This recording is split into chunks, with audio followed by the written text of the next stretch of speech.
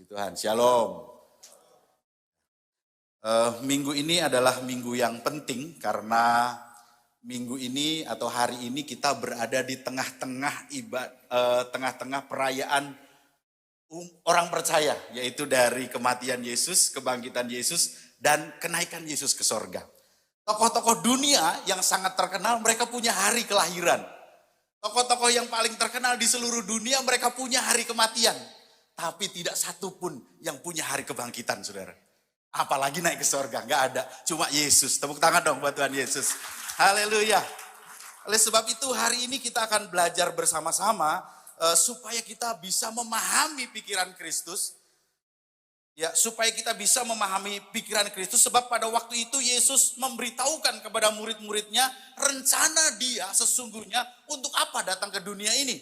Dan dia berkata bahwa anak manusia nanti akan menderita aniaya, dibunuh, dan bangkit pada hari yang ketiga. Tapi apa yang terjadi kepada murid-murid? Mari kita akan lihat Matius pasal 16 ayat 21 sampai 26. Matius pasal 16 ayat 21 sampai 26. Saya sudah buat PowerPoint-nya. Kita akan baca bergantian. Saya ayat 21, Bapak Ibu ayat yang ke-22. Dan seterusnya. Sejak waktu itu, Yesus mulai menyatakan kepada murid-muridnya bahwa ia harus pergi ke Yerusalem dan menanggung banyak penderitaan dari pihak tua-tua, imam-imam kepala, dan ahli-ahli Taurat. Lalu dibunuh dan dibangkitkan pada hari ketiga.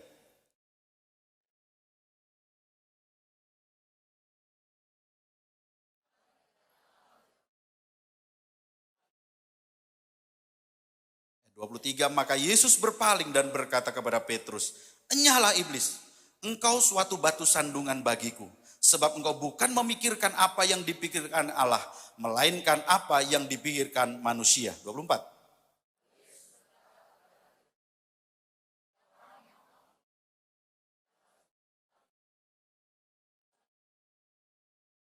Karena barang siapa mau menyelamatkan nyawanya, ia akan kehilangan nyawanya. Tetapi barang siapa kehilangan nyawanya karena aku, ia akan memperolehnya. 26.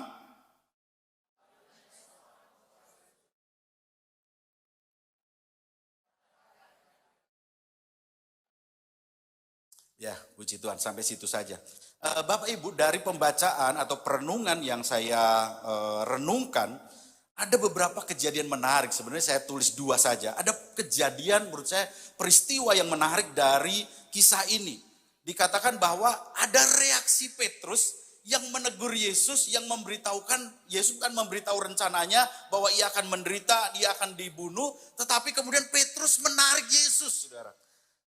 Peristiwa itu, saudara, di ayat yang ke-23, maka lalu yang terjadi Yesus menegur Petrus yang dengan cukup keras, tetapi yang menarik perkataan Yesus itu bukan kepada Petrus, tetapi kepada iblis. Ayat 23, maka Yesus berpaling dan berkata kepada Petrus, "Enyahlah iblis, engkau suatu batu sandungan bagiku, sebab engkau bukan memikirkan apa yang dipikirkan Allah, melainkan apa yang dipikirkan manusia." Nah, rupa-rupanya Bapak Ibu, iblis itu seringkali menitipkan pemikiran, menitipkan pikiran-pikiran yang bertentangan dengan pikiran Kristus. Jadi iblis seringkali menitipkan pikiran-pikiran yang ditaruh di dalam pikiran kita, yang ternyata pikiran itu bertentangan dengan pikiran Kristus. Dan itu ternyata Petrus setuju dengan apa yang dititipkan oleh iblis kepada Petrus. Oleh sebab itu Petrus mengatakannya kepada Yesus, "Tuhan, kalau engkau mati menderita, itu nggak keren. Pasti itu bukan rencana Allah. Allah itu pasti punya rencana yang indah. Kenapa mesti menderita, apalagi dibunuh? Masa Mesias dibunuh? Nggak masuk akal, nggak sesuai, saudara ya." Nah, tetapi saudara, kemudian Yesus menegur Petrus. Padahal kalau kita baca, kalau kita lihat saudara, iblis ini sebetulnya dia udah biasa menitipkan pikiran itu sejak di Taman Eden. Ingat ketika dosa pertama kali masuk, iblis mengatakan, "Engkau sekali-kali tidak akan mati, tetapi waktu kamu memakannya, matamu akan terbuka dan kamu akan menjadi sama seperti Allah, tahu apa yang baik dan tahu apa yang jahat." Jadi iblis sudah biasa menaruh pikiran itu kepada Hawa, kepada Petrus, kepada siapa saja saudara. Dan ketika itu diresponi, ketika itu diterima, maka pikiran itu bertentangan ternyata dengan pikiran daripada Allah. Nah menariknya Bapak Ibu, menariknya adalah Petrus itu baru saja dipuji oleh Tuhan. Kalau kita baca ayat pasal 16 ayat 13 dan 17, saya sudah tulis juga, saya akan bacakan untuk Bapak Ibu Saudara. Setelah Yesus tiba di daerah Kaisarea Filipi, ia bertanya kepada murid-muridnya, kata orang, siapakah anak manusia itu? Jawab mereka, ada yang mengatakan Yohanes Pembaptis, ada juga yang mengatakan Elia, ada pula yang mengatakan Yeremia atau salah seorang daripada nabi. Lalu Yesus bertanya kepada mereka, tetapi apa katamu? Siapakah aku ini? Maka jawab Simon Petrus, engkau adalah Mesias, anak Allah yang hidup. Kata Yesus kepadanya, berbahagialah engkau Simon bin Yunus, sebab bukan manusia yang menyatakan itu kepadamu, melainkan Bapakku yang di sorga. Baru saja Petrus itu dipuji oleh Tuhan. Tapi kenapa dalam waktu sekejap, dia bisa menyampaikan, menegur Yesus, dan akhirnya Yesus menegur balik kepada dia, saudara. Apa yang terjadi? Apakah setelah dipuji Petrus sombong? Apakah setelah dipuji Petrus besar kepala? Saudara, ternyata tidak, saudara. Karena sekali lagi, pikiran kita adalah tempat pertempuran antara pikiran Tuhan dan pikiran si jahat. Jadi pikiran kita itu adalah pikiran, terjadi pertempuran antara pikiran Tuhan dan pikiran si jahat. Pikiran kita itu ibarat kontainer, saudara, yang begitu besar, tempat penampungan informasi. Tergantung siapa yang menitipkannya, suara siapa yang kita dengar, suara siapa yang kita simpan di dalam memori hati kita, pikiran kita. Masalahnya adalah seringkali kita menyimpan apa saja yang menurut kita benar, bukan apa yang menurut Tuhan benar, saudara. Itulah persoalannya, saudara. Sehingga harusnya gini, harusnya kita itu menampung firman Tuhan dalam diri kita, sehingga ketika ada informasi yang tidak benar, maka sesuai dengan informasi atau berita firman Tuhan yang kita lakukan, yang kita dengar, yang kita simpan itu, kita akan tahu bahwa itu nggak benar. Hari-hari ini kan muncul Kristen progresif, kan saudara ya, muncul Kristen progresif. Bagaimana kalau saudara nggak ngerti, nggak punya firman Tuhan, maka saudara bisa akan ikut gitu. Tapi firman Tuhan jelas kok mengatakan bahwa di Kisah Rasul 4 ayat 12 tidak ada nama lain yang olehnya semua orang bisa diselamatkan. Hanya di dalam Yesus. Jadi nggak bisa cukup berbuat baik. Kalau kita udah percaya kepada Kristus, kita melakukan perbuatan baik. Bukan karena supaya kita masuk surga, bukan. Tetapi karena kita udah terima Yesus, diberikan anugerah oleh Tuhan Yesus, maka kita melakukan perbuatan baik. Orang Tuhan udah baik buat kita, maka kita melakukan perbuatan baik. Bukan kita melakukan perbuatan baik supaya masuk surga. Enggak, saudara. Oh, dan macam-macam lagi, saudara. Harusnya, saudara, kita menyimpan firman Tuhan dalam diri kita setiap hari sebanyak-banyaknya. Kan saudara di Jelambar saya tahu udah ada aba, saudara. Baca setiap hari. Supaya itu ada di kontainer pikiran kita. Semakin banyak, semakin bagus. Sehingga ajaran yang sesat manapun, saudara, sudah ada pembandingnya, yaitu firman Allah. Nah, iblis selalu menitipkan atau menawarkan sesuatu yang nyaman, sesuatu yang enak. Tapi tujuannya tetap satu, mencuri, membunuh, dan membinasakan. Jadi iblis gak mungkin dia itu memikirkan sebuah pemikiran yang memikirkan kehidupan yang nyaman buat kita. Kemerdekaan buat kita, kedamaian buat kita, kebahagiaan buat kita. Apalagi keselamatan, gak mungkin ada di pikirannya setan. Gak ada di pikiran, gak mungkin itu ada di pikirannya iblis. Sejak kita menerima Yesus sebagai Tuhan dan Juru Selamat, kita seharusnya segera membaharui pemikiran kita. Sehingga kita dapat memahami pemikiran Kristus. Nah, mungkin kalau saudara bingung, saya kasih contohnya. Apa sih bedanya cara pikir dunia dengan cara pikir Allah? Pikir kerajaan Allah. Kita mulai dari pertanyaan, siapa yang terbesar? Siapa yang terhebat? Siapa yang terhormat? Siapa yang termulia? Lukas pasal 22 ayat 24 sampai 27. Terjadilah juga pertengkaran di antara murid-murid Yesus. Siapakah yang dapat dianggap terbesar di antara mereka? Yesus berkata kepada mereka, raja-raja, bangsa-bangsa memerintah rakyat mereka, dan orang-orang yang menjalankan kuasa atas mereka disebut pelindung-pelindung. Tetapi kamu tidaklah demikian, melainkan yang terbesar di antara kamu hendaklah menjadi yang paling muda dan pemimpin sebagai pelayan. Sebab siapakah yang lebih besar, yang duduk makan atau yang melayani? Bukankah dia yang duduk makan? Tetapi aku ada di tengah-tengah kamu sebagai pelayan. Maksudnya Tuhan mau ajari, kalau mau terbesar itu jadi pelayan. Nah mari kita lihat dulu. Ambilkan poinnya. Nah bagi dunia yang terbesar adalah yang dilayani. Tapi bagi kerajaan Allah yang terbesar adalah yang melayani, saudara. Bagi dunia yang terbesar adalah orang yang dilayani. Jelas, oh iya Pak, ayo ini ya. Itulah orang yang terbesar. Tapi bagi kerajaan Allah yang terbesar adalah yang melayani, saudara. Justru saya bersyukur ketika SMK digaungkan pertama kali. Tujuannya setelah saudara masuk SMK, semua harus melayani. Gak boleh cuman jadi jemaat. Semua harus melayani. Melayani itu banyak banget. Ada yang main musik, ada yang WL singer, ada yang bawa makanan, ada yang duduk kemudian mendoakan supaya Tuhan bekerja di tengah-tengah ibadah. Segala macam saudara pelayanan yang bisa kita lakukan. Pemikiran dunia adalah dilayani. Kalau saudara datang maunya dilayani saudara. Nanti ingat-ingat ya, saudara bisa yang paling kecil di kerajaan surga. Tapi siapa yang melayani? Dia yang paling besar di kerajaan surga. Amin. Jadi masih mau melayani saudara? Tapi yang kedua nih saudara, siapa yang terbesar? Dunia mengatakan tingkat kebesaran seseorang akan menentukan fasilitas yang dia terima. Artinya begini, siapa yang dilayani semakin dia hebat, semakin dia mendapatkan fasilitas yang terbaik itu di dunia.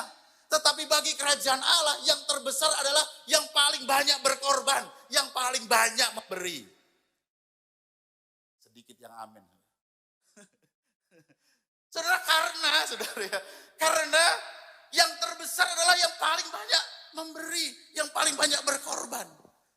Makanya kalau kita melayani saudara, jangan berharap ucapan terima kasih. Bisa aja gembala lupa saudara. Bisa aja pemimpin lupa saudara. Tapi yang paling besar adalah yang paling banyak berkorban. Jadi kalau saudara tim PW datang lebih pagi, menyiapkan anak ini dan lain sebagainya, jangan kecil hati. Jangan saudara berpikir juga, wah kalau begitu persembahan saya dengan persembahan Pak Beni gedean ini dong. Atau persembahan Pak Beni dengan Pak Agus gedean Pak Agus dong gitu. Enggak saudara, Tuhan ternyata hitungnya kan persen saudara. Masih ingat persembahan janda yang cuma 1 peser ya, 1 peser itu. Dan Tuhan berkata, ini persembahan yang paling besar. Saudara. Kenapa dia berikan yang terbaik dari semuanya, saudara? Makanya ketika kita melayani, kita harus melayani dengan maksimal. Kita harus melayani dengan sungguh-sungguh. Pikiran Kristus itu ternyata harus banyak berkorban. Hari ini, saudara, saya enggak khotbah yang lucu.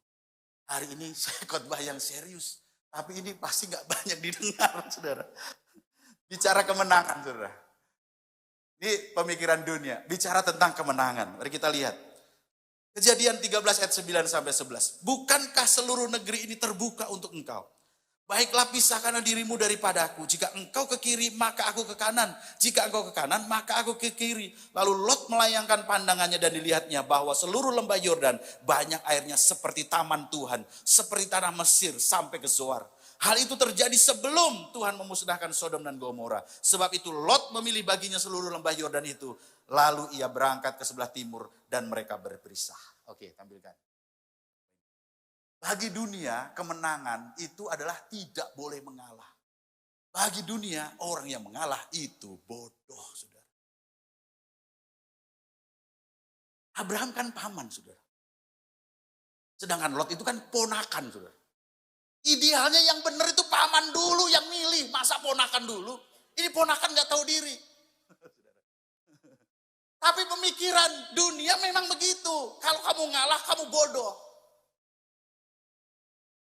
Tapi saudara,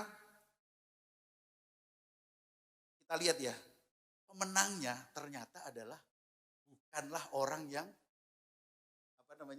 bukanlah orang yang gak mau ngalah. Justru pemenangnya adalah orang yang mau ngalah. Apa buktinya? Ketika Lot keluar dari Sodom dan Gomora, apa yang dibawa, saudara? Cuma baju yang melekat. Gak ada apa-apa, saudara. Tapi Abraham, ketika dia ngalah, ya udahlah, ponakan dulu milih deh, katanya. Dan ketika Lot lihat, waduh, ada lembah Yordan seperti sorga, wah dia lihat itu. Tapi terus gak dapat apa-apa dia. Tapi Abraham, dia malah semakin diberkati Tuhan. Siapa yang mau diberkati Tuhan? Bilang sama sebelahnya, ngalah. Semakin suami ngalah sama istri, semakin diberkati. Semakin istri ngalah sama suami, semakin diberkati. Sama-sama, saudara. Ngalah, saudara, kalau mau diberkati.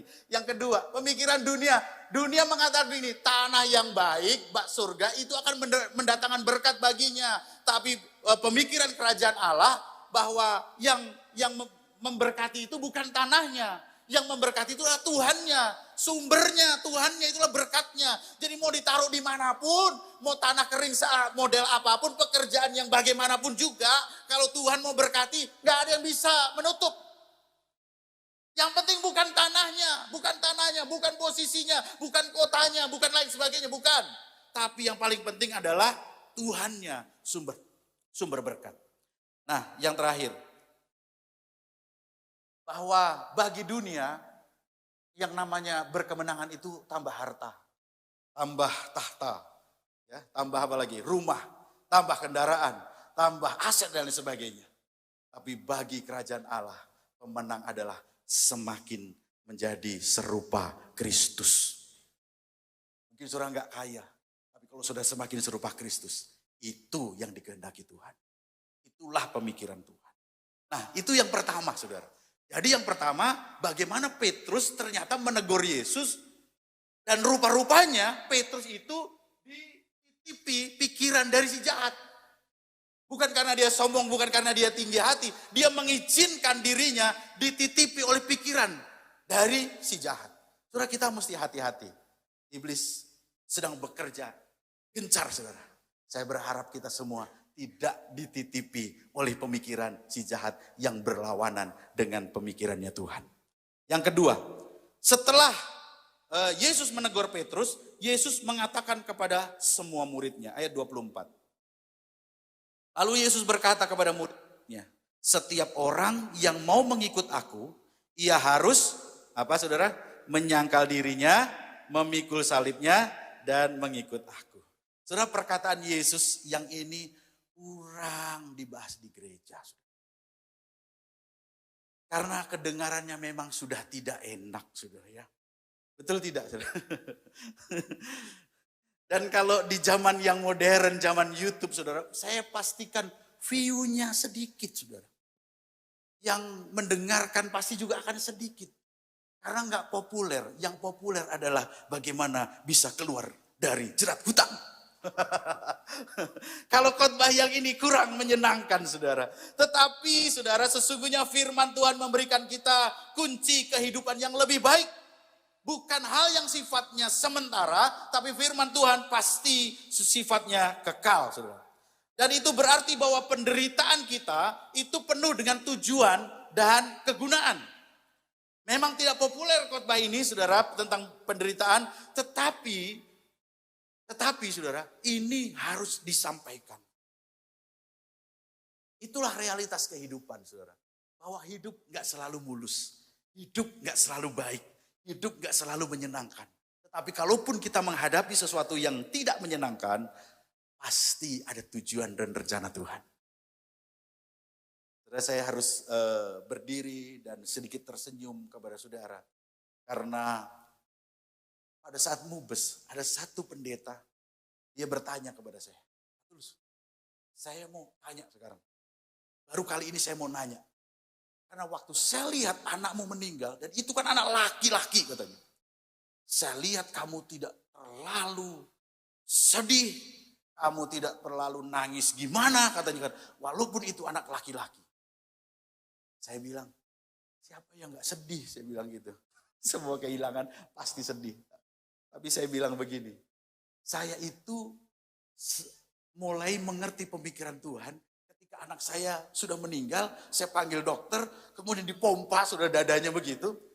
Dan dokternya bilang begini, Bapak Ibu mohon maaf, sudah tahu belum anak ini sakit apa? Belum, karena baru besok akan diberitahu. Terus anak Bapak Ibu kena leukemia L3. Jadi L1, L2, L3 kodenya, saya nggak terlalu ngerti lah kalau kedokteran. Untuk L2 itu saja sudah langka, hampir gak ada L2. Rata-rata semua leukemia itu L1. Ini anak bapak L3 katanya gitu. Jadi tulangnya mengeras, menebal. Jadi tulang kita orang dewasa 8 mili, anak saya 16 mili. Pantesan pengennya diurut terus. Kalau diurut pengennya kenceng sekenceng-kencengnya. Nah ini namanya anak kecil baru 7 tahun masa mau diurut sekenceng-kencengnya. Kita juga yang gak tega kan gitu. Tapi ternyata kita baru tahu tulangnya menebal, saudara. Dan ini kalau dibiarkan katanya nanti tulang-tulangnya akan bertabrakan dan kemudian akan patah-patah. Yang kedua bagian organ dalam tubuhnya akan hancur. Yang ketiga kalau dia hidup akan menjadi kemo yang sangat menyakitkan. Saya dengar itu saudara ya. Saya langsung ini pemikiran Kristus. Kalau Bapak nggak mau, saya langsung ambil ini alat-alat katanya mau pakai alat pacu jantung dan sebagainya gitu. Sudah. Saya bilang gitu. Sudah. Saya pegang istri saya dan kemudian saya biar aja. Saya bilang gitu. Karena kalau ngelihat vonisnya nggak mungkin lagi. Hari itulah yang membuat saya kuat. Selebihnya saya bertanya-tanya kepada Tuhan. Kenapa? Tapi saya ngerti pola pikirnya Kristus. Saya bilang enggak apa-apa. Ini yang terbaik. Bukan mau kuat, enggak. Siapa yang enggak kehilangan. Tapi itulah ada tujuan dan kegunaan. Ketika meninggal, belum pernah dalam sejarah orang yang enggak percaya Kristus dengerin ibadah dari awal sampai akhir di depan pemakam. Begitu banyak orang. Saya bersyukur. Nah itu saudara, kalaupun ada hal yang menyakitkan, tetap ada tujuan. Setiap orang yang mengikut aku, ia harus menyangkal dirinya, memikul salibnya. Menyangkal diri artinya melepaskan keinginan daging. Saudara, kalau kita mengendalikan mobil, mengendalikan motor, segede apapun itu, pasti kita bisa menaklukkannya. Karena dia benda mati. Tapi menaklukkan daging ini, saudara ya. Dicubit aja kita ngomel, saudara. Marah, nggak bisa, sulit, saudara. Setiap orang yang mengikut aku, ia harus menyangkal dirinya, memikul salibnya. Memikul salib itu adalah lambang kematian. Siapa yang mau memikul salib, berarti dia belajar untuk mati. Supaya mempunyai kehidupan. Pertanyaannya sederhana. Siapa yang pernah belajar mati? Siapa yang pernah belajar mati? Nah kalau saudara belum tahu, saya mau tanya dulu. Siapa di sini yang sudah menikah, angkat tangannya. Yang sudah menikah? Oke. Yang udah menikah jangan nggak angkat tangan. Siapa yang belum menikah, angkat tangannya. Mana yang belum menikah? Saya mau lihat nih. Satu, dikit. Ada sebelah sana. Saudara, kalau saudara mau belajar mati, itu adanya di pernikahan. Kalau saudara mau belajar mati itu pernikahan. Bagi yang belum menikah, saudara ya. Kalau saudara nggak mau belajar mati, jangan nikah dulu. Karena nanti itu akan membuat saudara sengsara, saudara. Dan sengsaranya panjang. Yang udah menikah pasti udah tahu, saudara ya. Bagaimana ketika kita nggak salah, disalahin sama pasangan, saudara. Aduh, saudara. Saya pergi ke gereja, saudara. Sayang, udah siap? Gak ada jawaban. Saudara. Saya tungguin di depan, saudara. Saya gak mau lagi. Say, udah siap? Gak ada jawaban, saudara. Habis itu keluarlah nyonya itu, saudara. Dia keluar, dia bilang, emang enak jadi istri. Nyiapin ini, ono ini. Waduh, panjang lebar, saudara. Mau ke gereja, saudara. Padahal kan jawabannya sederhana. Udah siap belum? Belum. Ya udah saya tungguin kan saudara. Kan saya cuma tanya saudara. Tapi dia wah saudara. Belum lagi kita lagi asik nonton TV ya. Nggak tahu apa yang dibahas. Tiba-tiba dia ngomel. Saudara. Saudara, kita harus menyangkal diri dan memikul salib. Bagaimana mungkin karena setiap kita itu punya pertahanan diri. Kalau udah ada yang begitu kita pengennya protek ya kan. Kita pengennya balas, hajar. Kalau bisa kan begitu, saudara. Tapi di sini kita harus menyangkal diri dan memikul salib. Ketika kita mau hajar, tiba-tiba ada suara Tuhan. Suara yang kecil, suara yang lembut.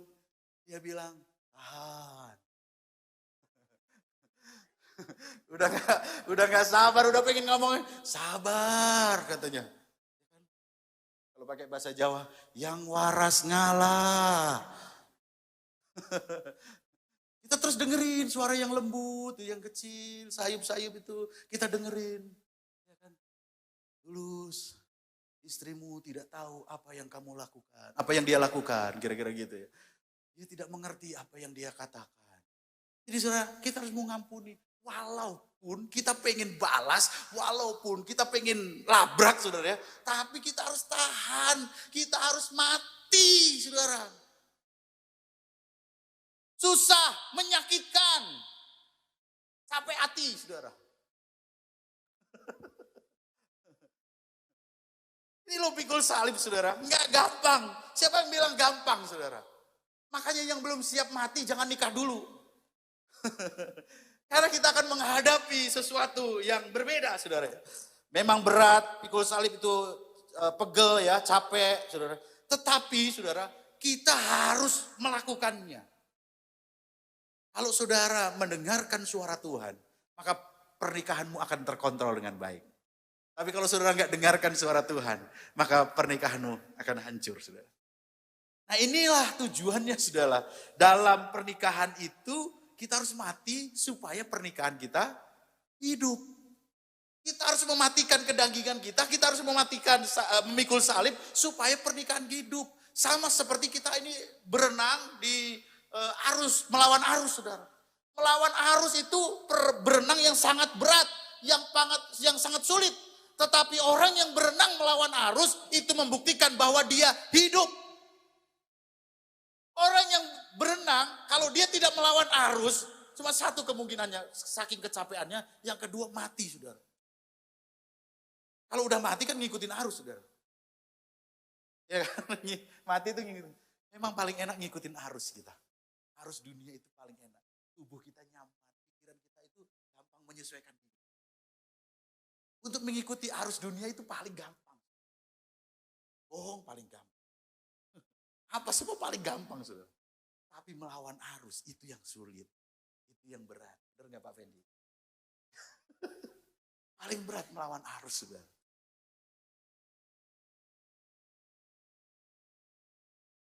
Saudara gini, bahwa tujuan Tuhan, ujung-ujung ketika kita menghadapi, menyangkal diri dan memikul salib, tujuannya adalah kebahagiaan buat kita. Mungkin awalnya itu menyakitkan. Awalnya itu bisa penderitaan. Tapi ujungnya pasti kemuliaan Tuhan. Seorang atlet tidak akan pernah menjadi juara tanpa latihan yang menyakitkan. Kita hanya senang melihat atlet kalau dia udah menang terus kemudian dia dapat juara, dapat hadiah, banyak macam. Tetapi kita tidak pernah tahu bahwa ada training, ada disiplin, penderitaan yang sangat menyakitkan. Muhammad Ali pernah mengatakan, wah mudah-mudahan ini bahasa Inggrisnya benar nih saya baca saudara ya. Muhammad Ali, I hate every minute of training, but I said don't quit, suffer no ya, now and live the rest of your life as a champion. Ya begitulah saudara ya. Kira-kira ya aku benci setiap menit latihan. Latihan itu menyakitkan, bikin capek, bikin susah. Tapi saya mau katakan kepada diri saya sendiri, jangan berhenti. Menderitalah sekarang, tetapi nanti kamu akan memperoleh kemenangan seumur hidup. Kira-kira begitulah saudara. Nah itu saudara, gak mudah. Tetapi itulah yang diperlukan. Menderitalah sekarang, supaya kita nanti memperoleh kehidupan yang seperti seorang juara. Nah, contoh aplikasi dalam kehidupan sehari-hari. Sesuai dengan firman Tuhan. Kejadian 26 ayat 19 sampai 22. Ketika hamba-hamba Ishak menggali di lembah itu, mereka mendapati di situ mata air yang berbual-bual airnya. Jadi hamba-hamba Ishak menggali di lembah itu, menggali sumur dan dia mendapati air yang berbual-bual. 20. Lalu bertengkarlah para gembala Gerar dengan para gembala Ishak, kata mereka, air ini kepunyaan kami. Lu yang gali jelas-jelas anak buahnya Ishak, tapi di situ dia bilang ini kepunyaan kami. Dan Ishak menamai sumur itu Esek karena mereka bertengkar dengan dia di sana. Jadi Esek artinya pertengkaran. Saudara. Jadi kalau ada pertengkaran, kita harus tinggalkan. Saudara. Kalau sama orang yang maunya bertengkar, udah tinggalin. Saudara. Udah diem dulu. Kalau istri mau gini, udah diem aja. Kalau suami gini juga, diem aja. Salah satu. Karena kalau dua-duanya gini-gini, saudara, wah rame, saudara. Makanya diem aja, tinggalkan esek, tinggalkan pertengkaran, jangan diladenin. Kalau suami udah mukanya merah, udah diem dulu istri. Sama juga kalau istri mukanya udah merah, suami diem. Karena kalau diladenin berdua rame, saudara. Yang berikutnya, kemudian mereka menggali sumur lain dan mereka bertengkar juga tentang itu. Maka Ishak menamai sumur itu Sitna. Sitna itu artinya iri hati, saudara. Saudara, kalau saudara di tempat yang suka bertengkar, di tempat yang suka iri hati, saudara tidak akan dapat berkat. Ayat 22, ia pindah dari situ dan ia menggali sumur yang lain lagi. Tetapi tentang sumur ini mereka tidak bertengkar. Sumur ini dinamanya Rehobot. Dan ia berkata, sekarang Tuhan telah memberikan kelonggaran kepada kita. Sehingga kita dapat beranak cucu di negeri ini. Jadi kalau kita mau dapat Rehobot, dapat kelegaan. Saudara, siapa yang mau dapat Rehobot? Biar lega, bilang sama sebelahnya, tinggalkan esek. Tinggalkan sitnah. Jangan bertengkar, jangan iri hati. Maka kita akan dapatkan Rehobot, saudara ya. Memikul salib memang berat, pegel, capek ya. Tapi ujungnya adalah kelegaan dan berkat Tuhan. Ikut Yesus itu maka kita harus berani memikul salib kita. Ikut Yesus berani menyalibkan daging kita. There is no glory without the cross. Tidak ada kemuliaan tanpa salib. Nah, satu yang terakhir. Markus 14 ayat 3 sampai 9. Bagaimana supaya kita memahami pikiran Kristus dari firman Tuhan ini. Perikop ini, Markus 14 ayat 3 sampai 9. Ketika Yesus berada di Betania, di rumah Simon si kusta dan sedang duduk makan. Datanglah seorang perempuan membawa suatu buli-buli pualam berisi minyak narwastu murni yang mahal harganya.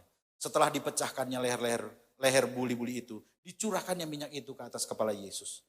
Ada orang yang menjadi gusar dan berkata seorang kepada yang lain, untuk apa pemborosan minyak narwastu ini? Sebab minyak ini dapat dijual 300 dinar lebih dan uangnya dapat diberikan kepada orang miskin.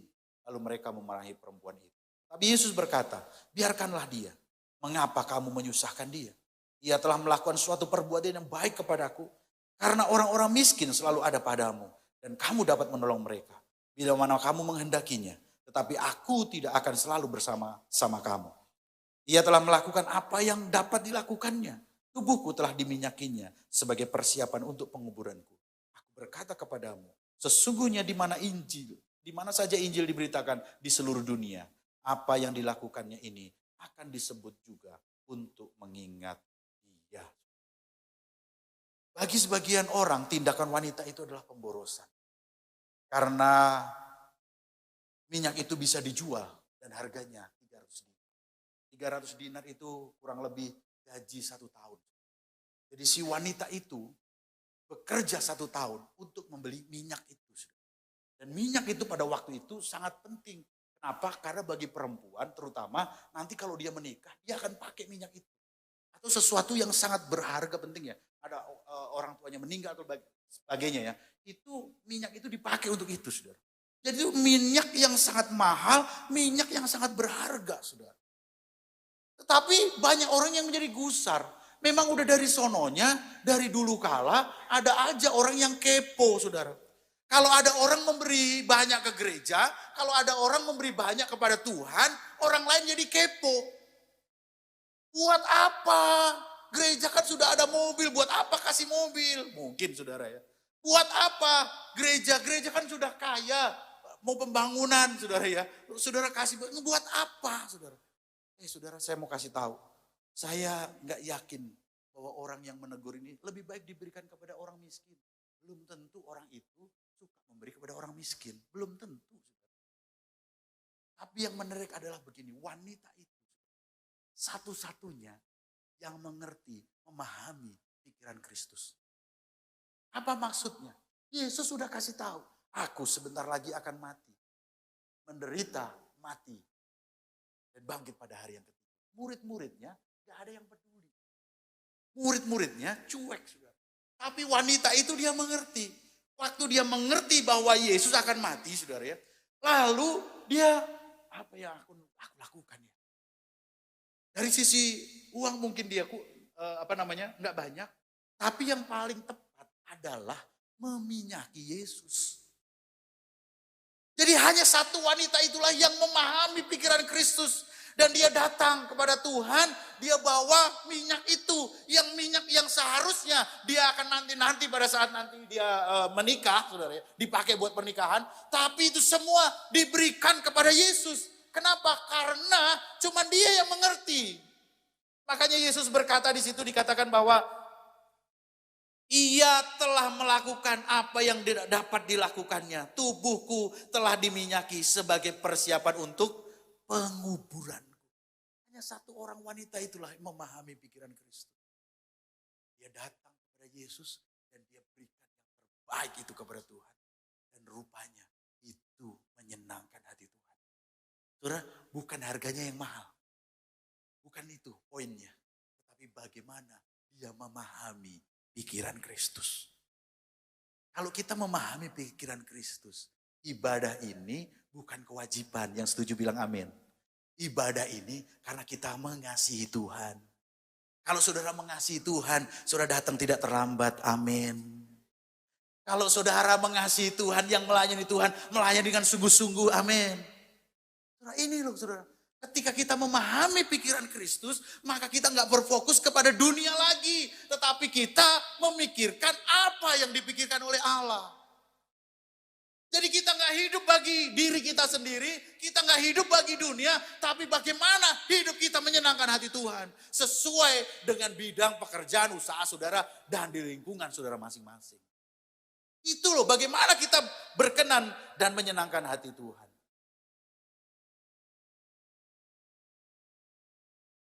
Bagi wanita itu, saudara, Yesus itu segalanya. Dan bagi kita sekarang, Yohanes 3 ayat 16 mengatakan, karena begitu besar kasih Allah akan dunia ini, sehingga ia telah menyerahkan anaknya yang tunggal, supaya setiap orang yang percaya kepadanya tidak binasa, melainkan beroleh hidup yang kekal. Firman itu telah menjadi manusia. Yesus dari sorga turun ke bumi, menanggung hukuman salib, untuk menebus setiap dosa dan kesalahan kita. Sekarang saudara, mari kita memahami pikiran Kristus. Yesus mati, memberikan hidupnya yang terbaik. Hari ini kita belajar memberikan yang terbaik. Sederhana, jangan pikiran kita dititipi oleh pikiran iblis yang tidak sesuai dengan pikirannya Tuhan. Amin. Yang kedua, kita harus menyangkal diri dan memikul salib. Hari ini mungkin saudara sedang memikul salib, saudara. Gak apa-apa, saudara. Ada Tuhan yang tetap menyertai saudara.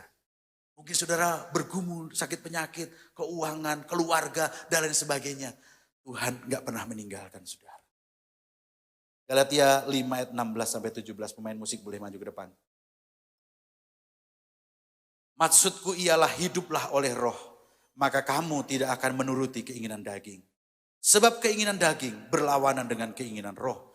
Dan keinginan roh berlawanan dengan keinginan daging. Karena keduanya bertentangan. Sehingga kamu setiap kali tidak melakukan apa yang kamu kehendaki. Jadi hiduplah oleh roh. Supaya kita tidak menuruti keinginan daging. Mari tundukkan kepala sebentar.